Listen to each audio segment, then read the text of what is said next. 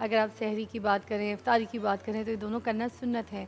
मगर कुछ लोग ऐसे भी हैं नाज़रीन जिनकी बारे में मैं बोलूँ कि सहरी और इफ्तारी जो है वो खाने को सिर्फ़ और सिर्फ़ फ़र्ज़ समझ लेते हैं कि ये खाना है, ये खाएँगे तो ये हम पे फ़र्ज़ है।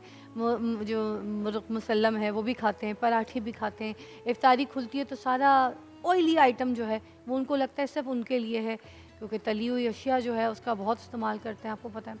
तो उनकी ये कोशिश होती है कि अपने जो पेट है उसको ज़्यादा से ज़्यादा भर लें, ठीक है? और पानी भी इस तरह से पी लें। मतलब मैं हमेशा ये कहती हूँ सहरी के टाइम पे भी कुछ लोग ना इतना पानी पी रहे होते हैं, इतना पानी। भाई मैं ये कहती हूँ आप ऊँट थोड़ी हैं। ऊँट जो है अपने हलक में जो है ना वो स्टॉक कर लेता है पानी। इंसान कोई ऊँट थोड़ी है जो अपने गले में स्टॉक कर लेगा पानी। अच्छा रोटियाँ भी ऐसे खाते हैं सहरी के टाइम पे ना, 3 टाइम की रोटियाँ, 3 रोटियाँ आराम से। जो एक उनका सुबह नाश्ता निकाल दे, एक उनका दिन निकाल दे और एक उनकी रात की क्रेविंग। यार कुछ लोग तो आउटडोर भी जाते हैं सहरी करने के लिए, बाहर पाए खाते हैं, निहारी खाते हैं, हलवा पूरी खाते हैं, सहरी में पता नहीं क्या-क्या खा जाते हैं। भाई ये जो 2-3 दिन की खुराक ही एक वक़्त में सहरी में ही खा जानी है क्या? और बाहर के गंदे खाने कैसे खा लेते हैं आप लोग? कैसे सहरी कर लेते हैं? खैर, इसके ऊपर बात करेंगे क्योंकि सेहत हज़ार नेमत है। नईमा जी हमारे साथ होती हैं और पूरी ट्रांसमिशन का ही हिस्सा है हमारे साथ। तो हर्बलिस्ट हैं, हम इनसे पूछेंगे सबसे पहले कि किस तरीके से सहरी का एहतमाम होना चाहिए, क्या-क्या खाना चाहिए, किस तरीके से। और साथ हमारे पास मौजूद हैं फ़रहान साहब जो कि हाफ़िज़ हैं, फ़रहान हनीफ़ साहब, हकीम साहब हैं। हमारे मॉर्निंग शो पे तो बहुत मदऊ होते हैं। आज इनको सेहत के लिए यहाँ पे मदऊ किया है कि आज हिकमत में क्या-क्या चीज़ें हैं, तो वो भी हमें ज़रूर बताएँ। हम गाइड जो है गाइडलाइन इनसे लेंगे और अपनी डाइट को थोड़ा-सा जितना बेहतर कर सकें वो करेंगे, क्योंकि अभी भी बहुत सारे रोज़े जो हैं वो हमने रखने हैं, तो हम सेहत के साथ रखें तो अच्छा है। एक रिसर्च है वो मैं आपको बता दूँ कि रिसेंटली एक रिसर्च की 70 फ़ीसद लोगों को चेक किया गया कि जो 100% लोग हैं उनको पकड़ा और बोला कि आप जो है ना जो शुगर के पेशेंट हैं वो रोज़े रखें। तो उनकी रोज़ों में उन्होंने चेक करना था कि इनकी जो इंसुलिन है, इनकी जो शुगर लेवल है वो किस तरीके से बैलेंस होती है। तो 70% लोगों की जो शुगर थी वो बल्कि कम हो गई, नॉर्मल हो गई और वो नॉर्मल लाइफ़ में वापस आ गए। तो रोज़े तो इतनी इसमें बरकत है। अब हम पूछते हैं, अस्सलाम वालेकुम जी, कैसी हैं नईमा जी? अल्हम्दुलिल्लाह, आप कैसे हैं? ठीक है? जी देखिए हाँ, सेहत हज़ार नेमत है। बिल्कुल, तो बिल्कुल आज सेहत हमें सेहत के बारे में बताइए, हम किस बिल्कुल। तरीके से सहरी का क्या एहतमाम करें मैं आपकी जिससे हम बात को भारी ही भी ना रहें? हाँ जी, मैं आपकी बात को ही आगे बढ़ाऊँगी कि जो शुगर पेशेंट है ना, जिस तरह मैं सबको बताती हूँ कि मैं खुद एक डायबिटिक पेशेंट हूँ, हुँ। उनके लिए जो रमज़ान है, जो रोज़े हैं, रोज़े रमज़ान के रोज़े भी, उसके अलावा रोज़े भी जितने भी हैं, तो वो एक नेमत है, बहुत बड़ी नेमत है कि देखिए फ़ास्टिंग, फ़ास्टिंग, फ़ास्टिंग एक बात होती है कि फ़ास्टिंग करें, ठीक है? मॉडर्न इसका हमने कर दिया है कि इंटरमिटेंट फ़ास्टिंग करें, आप इतनी देर का गैप दें, ये दें।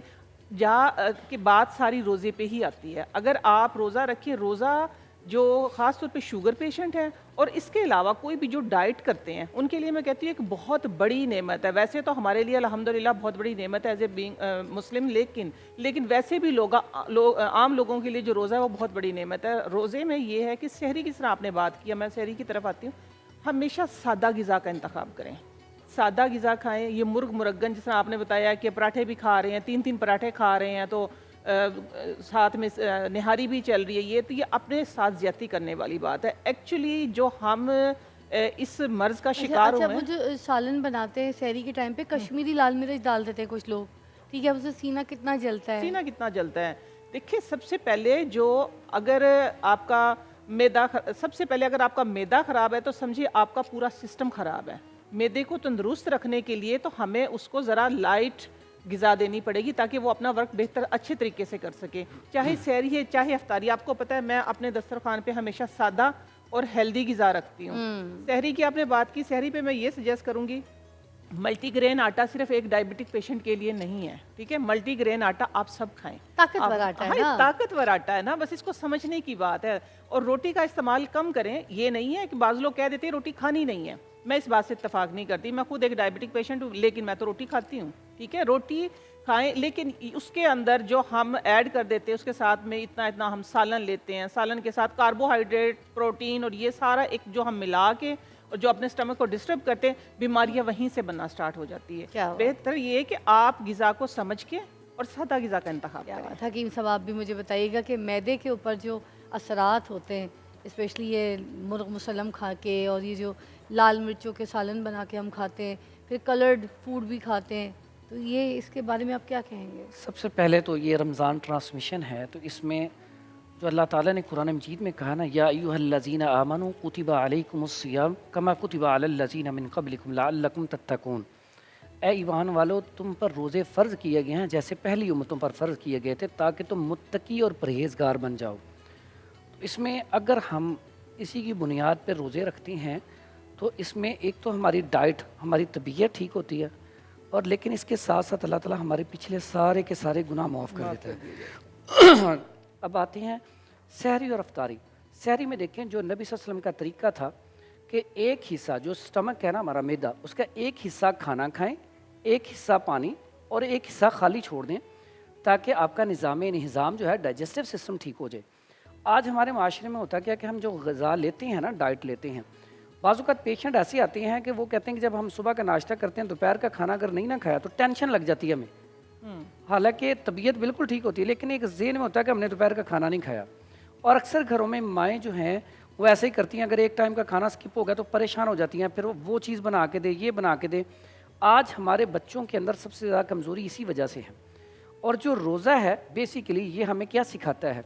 आपने बात की शुगर की, आज सबसे ज़्यादा जो शुगर पेशेंट है वो टाइप 2 का है, लिवर फैटी का है। अब लिवर फैटी देखें, रोज़े से बढ़कर कौन सी ऐसी चीज़ हो सकती है जिससे लिवर जो है आपका नॉर्मल हालत में आ जाए? अब आपकी फ़ैट तो सारी ख़त्म हो जाएगी। और रोज़ा मैं समझता हूँ रमज़ान का तो अल्लाह ताला ने जो हमें इतना बड़ा तोहफ़ा दिया है, ये रमज़ान का महीना अगर हम अच्छे तरीके से इबादत करें, और हमने ये जो आपने शुरू में बात की कि हमने इसको ऐसा बना लिया वह सिस्टम कि अफ्तारियाँ भी बाहर करने जाते हैं, सहरियाँ भी बाहर करने जाते हैं, और घर में भी करें तो इतनी ज़्यादा हैवी किस्म के खाने होते हैं। रोज़ा तो हमें यहाँ पे तकवा सिखा रहा है, मुत्तकी बना रहा है, परहेज़गार बना रहा है। हमें यहाँ पे क्या चाहिए? हम वही जो अपने ऊपर 10-12 ग़िज़ाएँ बना के बैठ जाते हैं, वो हम गरीबों की मदद करें, वही हम किसी को अफ्तारी करवा दें, वही हम किसी को सहरी करवा दें, या हम सदका खैरात कर दें। और अपनी ग़िज़ा जितनी सादा लेंगे, ये आप बात कर रहे थे ना सादा, सादा ग़िज़ा देखें आप, अम्बिया की ज़िंदगी देखें, उसके बाद सहाबा की ज़िंदगी देखें, उसके बाद हम अपने बड़ों की ज़िंदगी देखें, उनकी ग़िज़ा क्या थी? सुबह के टाइम पे हर घर में चूरी बनती थी देसी घी की, और वो इतनी कमाल की चीज़ है। ये जो लोग कहते हैं डाइजेस्टिव सिस्टम ख़राब हो गया जी, हमारा स्टमक ख़राब हो जाता है, कॉन्स्टिपेशन हो जाती है रोज़ों में, आप चूरी सुबह बना के खाएं, लस्सी लें, दही लें, आप रोटी उतनी खाएं जितनी ज़रूरत है। जो आपने बात की, पानी इतना ज़्यादा सुबह पिएंगे कि पता नहीं दोबारा पानी मिलना ही नहीं है। हालांकि जब आपने लस्सी पी ली है, आपने दही इस्तेमाल कर लिया, तो आपके अंदर पानी की कमी हो ही नहीं सकती इंशाल्लाह। तो पानी आप नॉर्मल मिकदार में पिएं जितना पीना है। इसी तरह जब सहरी अफ्तारी करें तो सादा ग़िज़ा से करें। सादा ग़िज़ा क्या है? पहले खजूर खाएं, उसके बाद सादा पानी पिएं, उसके बाद जो भी आपने फ्रूट चाट या जो बनाया वो खाएं, फिर आप नमाज़ पढ़ें, नमाज़ पढ़ के थोड़ा सा जो आपने खाना खाना है वो खा लें।